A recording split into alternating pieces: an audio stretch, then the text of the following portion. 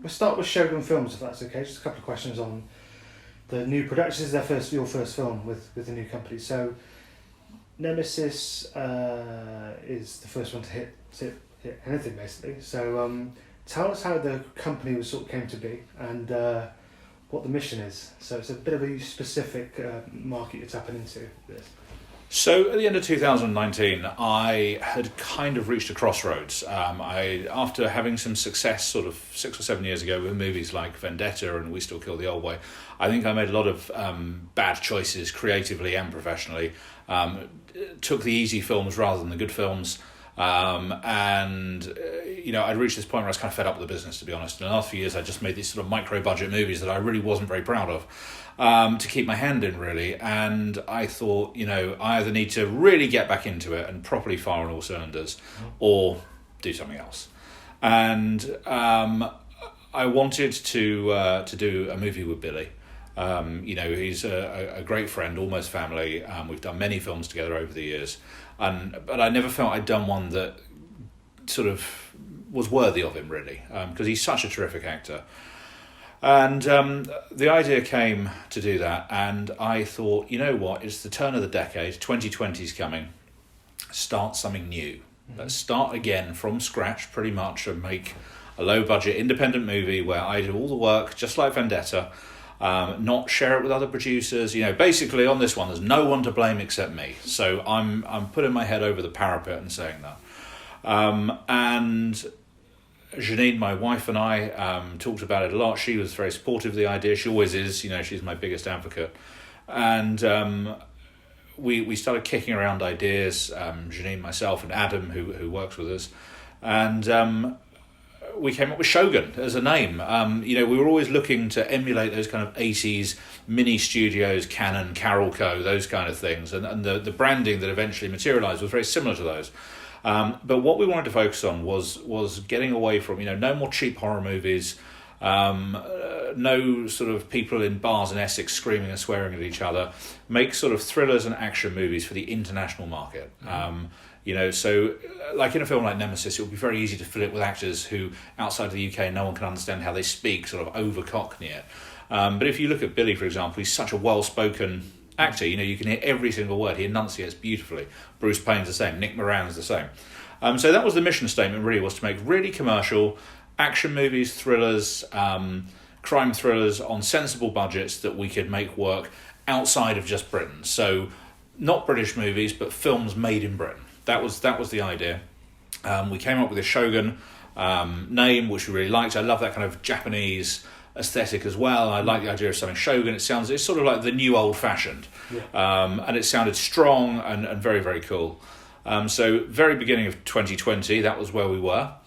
And we started putting Nemesis together, which came together relatively easily. Adam wrote a great script. And then the pandemic hit, and we kind of had to put it on pause. Right. So obviously Nemesis is as we said, it's the first one. So why was it that just a project? You obviously got a storyboard credit. So you moulded this to be your first film, or this was a choice of multiple different projects? No, this was definitely going to be, Nemesis was always going to be the first Shogun movie. It stems back to Billy saying to me years ago that he'd seen this movie when he was much younger, called The Penthouse, directed by Peter Collinson, who did the Italian Job, and I'd seen it too. And it's a good movie, and it's one of those British thrillers that you wonder why it fell through the cracks, because great director, interesting cast, Terence Morgan, Susie Kendall, Martin Beswick, but it's just really not well known. I don't even think it had a VHS release. And what sort of interested us both was it was kind of the first British home invasion movie, and still to date the only London one. Yeah. So Billy said we should do a home invasion movie in London. So it is based on an idea by Billy Murray. And I kind of fleshed out this character of transposing the home invasion thing onto the gangster or gangland landscape, which makes it more, not just commercially viable, but more interesting. Since The Purge, the home invasion theme has become a proper subgenre itself. So we wanted to do something suitably different, rather than just people trapped in a house or whatever. And I think we did it quite smartly. Adam and I have worked together for a long time. He's a very, very talented writer. So really, we spent a couple of days together, bouncing ideas back and forth. And I would say to him, I want this cast member, that cast member, the other cast member. So he wrote several of the roles specifically for the cast. Okay. But I have no delusions. I'm okay at story, but I can't write 90 pages. So from sort of the idea to the final script, was that a relatively short period of time, or was it? Yeah, I think we started writing it at the end of 2019, and it was ready to shoot in March 2020. Wow. And then we had a break until September when we actually filmed it. Yeah. We started shooting on the 20th of September, and we're now on the 30th of March, so it's a 6-month turnaround, basically. Fantastic. And talk about so you kind of mentioned the two genres coming together there, obviously flags up a million different films in my head. So you've touched on it briefly then about, that's what you were going after. You wanted to stay away from horror, but it kind of just nudges into it slightly, doesn't it? And that's what is the hook of the film from my point of view. It's sort of halfway through, or 2/3 of the way through, it sort of switches, and you've got it has a gear change halfway through. That's absolutely true, and the idea is sort of lull people into the full sense of security. I wanted to do something a bit different and a bit cleverer, and sort of surprise people. And we've gone to great lengths to keep that gear change under wraps. You don't really see it in the trailer, and I think we've done a pretty good job on that. And possibly because of the pandemic, but the film didn't leak out early. Normally these things get pirated so early, which is horrible, but this one didn't. So we've had a good run with that. And I wanted to do something that turned on its head. It's kind of the longer Friday meets You're Next. I'm not saying it's as good as either of those films, but those were the influences. And particularly in terms of Billy and Janine's characters, Bob Hoskins and Helen Mirren were definitely who they were modelled on. Right, fair enough. And talking about the director, so James Krays come on board, and he's got a very long history in horror as well. So he's obviously brought a certain element to the film. When did he become on board? So you've obviously started writing in late 2019. When did James come on board? Yeah, so originally I wanted Adam to direct it, and I pushed him really, really hard to direct it, because he directed this great short called Done In, and then he did a picture that wasn't so good called Kill Kane with Vinnie Jones, which he didn't have a good time on, and he just wasn't keen to do it. And then I thought maybe I'd direct it, because it's possible. I was close to the material. I knew I could make the actors work. And then I thought, if I do that, I'm going to overstretch myself massively. And at the end of the day, I'm a good producer and not a director. So that's what I should put my energy into. And James, I knew, he wrote a picture that I did years ago called GBH, which is also called Riot, which was a decent little drama that kind of slipped through the cracks. And he directed some horror movies which had some interesting visuals, and that's what I kind of wanted to get, was a horror movie sensibility rather than a gangster movie sensibility. The gangster stuff kind of plays out itself, especially when you have actors like Billy and Nick who know that, those beats so well. So I think it was an interesting choice, and I think it worked. Yeah, definitely. And Billy's the lead, and you're great friends with him, and you've said that. You've worked many times in the past. And I think I've got written down here, and you've answered this question, was he always your John Morgan? So what does he bring to the character? He's obviously got 5 decades worth of TV and film experience, but what does he bring to the table as an actor? Well, I think, Billy is one of the most charismatic people I've ever met. And over the years, we've been everywhere you can imagine, all around the world together. We've been on holiday together, and we've met everyone from Mikhail Gorbachev to Danny DeVito together.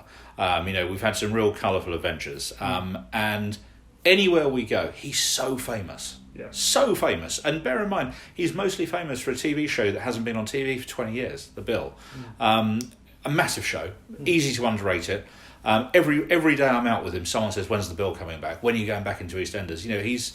He really made an impact because he's such a good actor. Also, a disgustingly handsome man. Even at 79 years old, he's still a head turner. Today, there was a crowd of 50 people, taking pictures of him and that kind of stuff in the high street. And you get that level of fame as an actor by being good. That's what gives you longevity. I think also the fact that he grew up in the East End, everyone knows, he knew the Krays and this kind of stuff. It gives him that authenticity to his performances, which I would say no other British actor has. But, I look at Billy's career, and he had this amazing career on TV, but he never had the film career that he deserved, and had he gone to the States, I think he would have been in the American equivalent of these films. He would have been working with the Pacinos and the De Niros and all those kind of guys. And he did a movie with Cuba Gooding Jr. and Dolph Lundgren called One in the Chamber, and he was an absolutely natural fit in that. He was great in it, and I'm frustrated for him that those opportunities didn't happen. But had they happened, then we wouldn't have one of the best loved actors on TV. And Don Beach in The Bill is one of TV's great characters. Absolutely, I totally agree. He's a nice guy as well. Very, very easy to get on with. Great guy. Said. Let's talk about the rest of the cast. So I think I wrote my review. You've assembled it. It's a small cast, but they're all names you know. So Nick Moran, obviously, lock, stock, and he's gone on to have 2 films as a director, which are both pretty, well acclaimed on the creation stories just recently. You've also got Bruce Payne, Julian Glover. So how did you sort of get all these guys on board? Did you know them beforehand? I'm sure you did some of them, but yeah, I mean, I did. Nick was one of the guests at my wedding. I mean, he's a very good friend as well. He's an actor I admire greatly.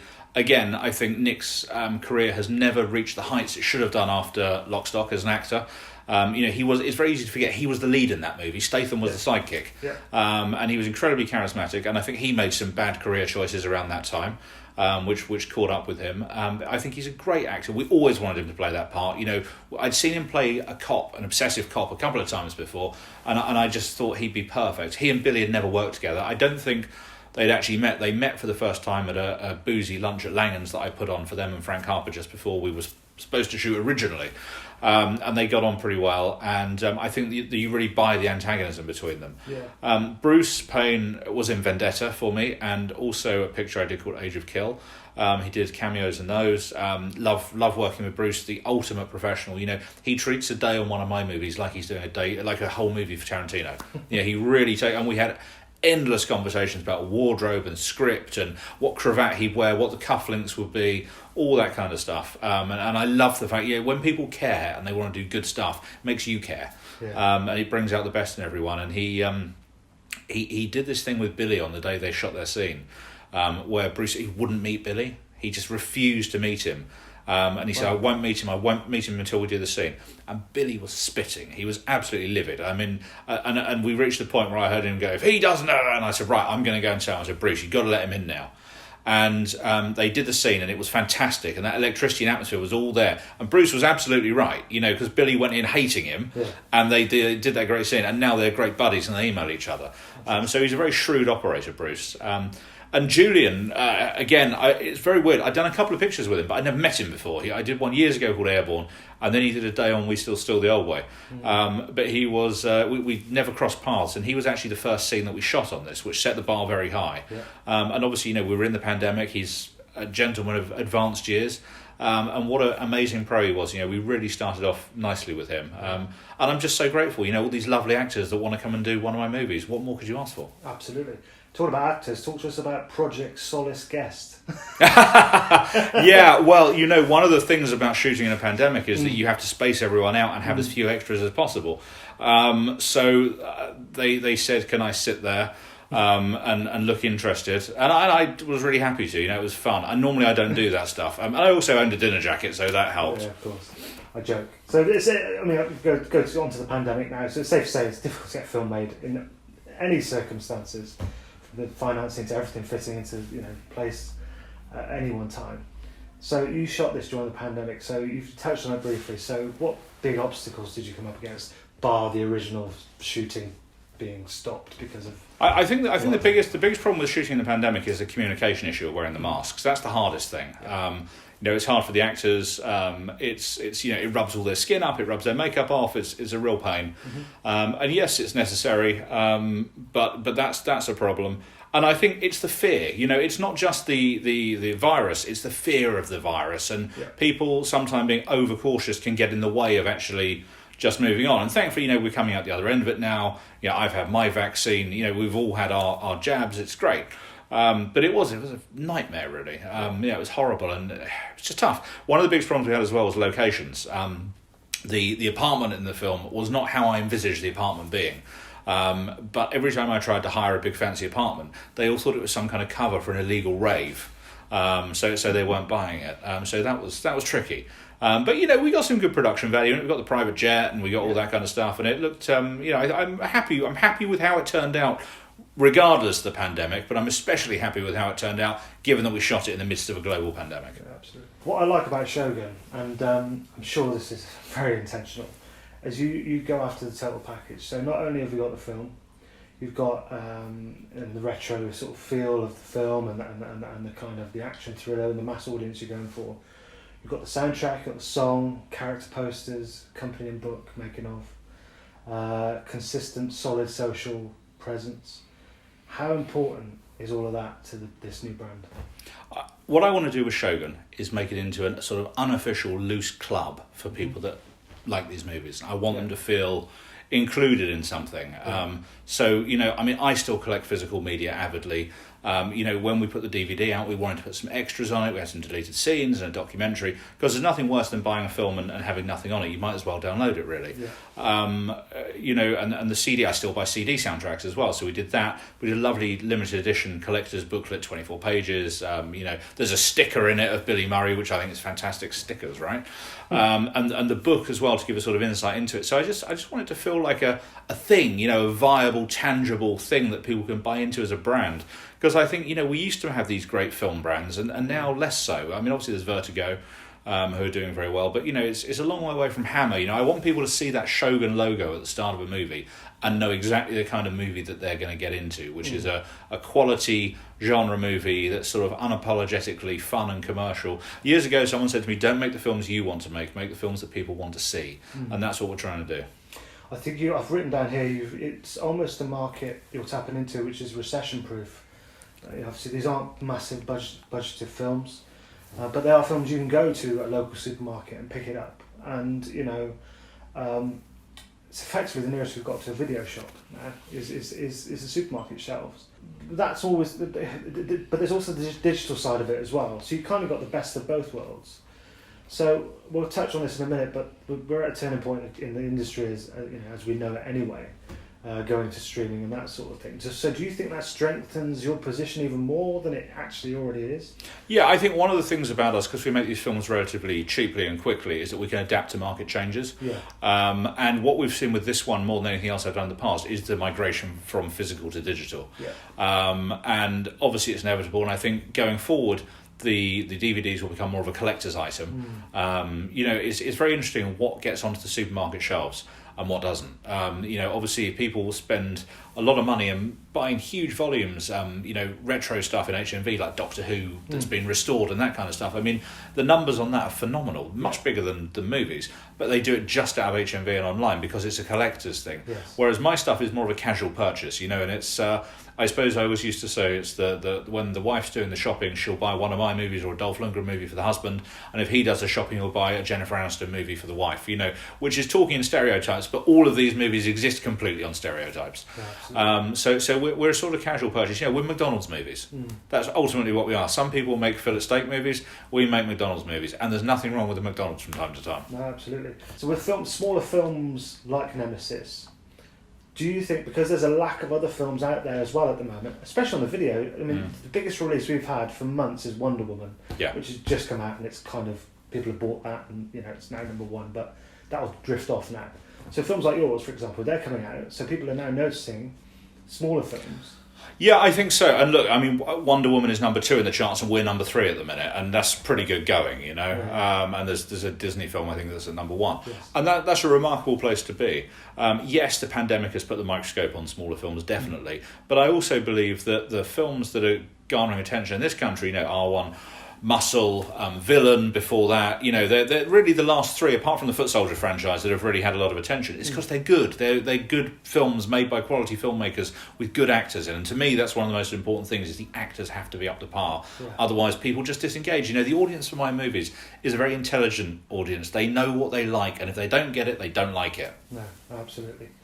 And you've got a very loyal following as well. You've got a really loyal audience. They'll probably know that it's you behind them, or certainly with Billy involved, they'll know what kind of film they're going to get from that. So that all adds to the... Yeah, it's a weird thing, and this movie has kind of made me realise that I've become this kind of cult filmmaker.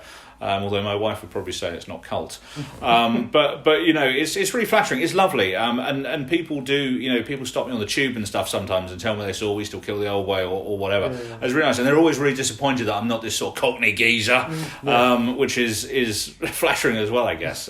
It's lovely, I mean, the films that I've made that have resonated with people are really nice, and it's always the good ones. You always know. I never get people send on social media or anywhere the bad movies unless they tell you it's rubbish and ask their money back. But it's always Vendetta, We Still Kill the Old Way, now this one, those films that resonate. And I think a big part of that is down to the fact that I managed to get these really good actors to do them. I can't stress that enough. And that's really, really lucky for me. Renegades is the next film, nearing completion, I believe, on the American side. Yeah. You're also bringing it over here because it's very British. From what I've only read the synopsis on the IMDb, but it sounds like a very British film set in the streets of London. So can you talk to us about that and what it's like doing a project that's half over there, half over here? Renegades is the first movie we're making at Shogun with our American partner Daniel Zarilli, who's a veteran of the action movie industry.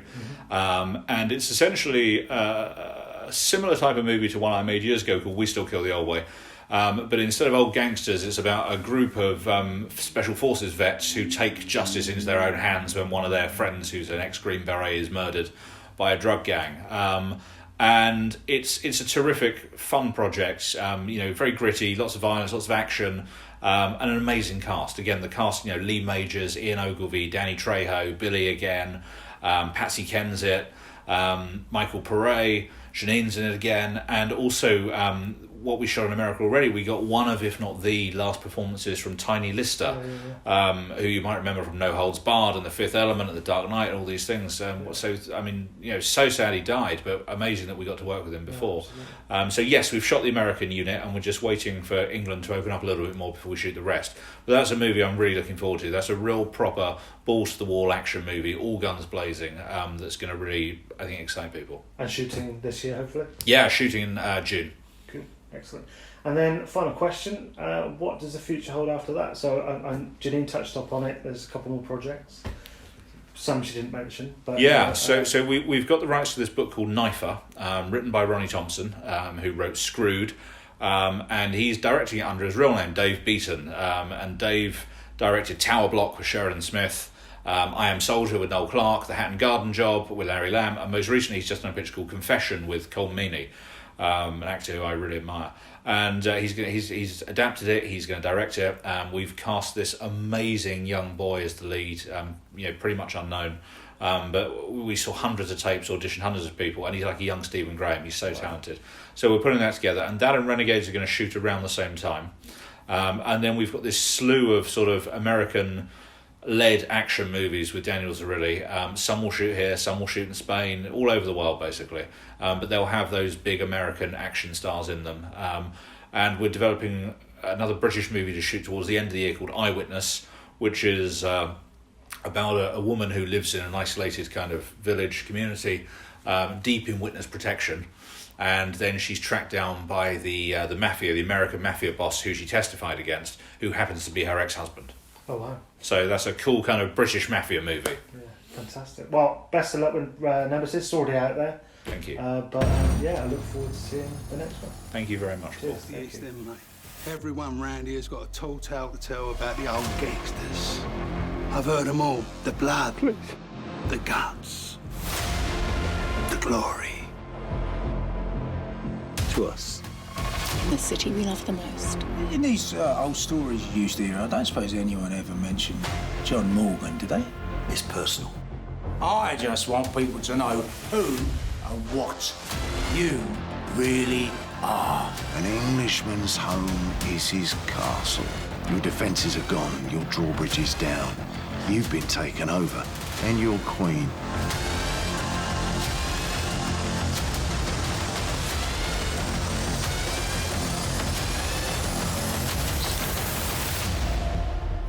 Hell must be empty. Because all the devils are here. Sometimes in life, if you want to catch the bad guy, you have to become the bad guy. How about that for happy families?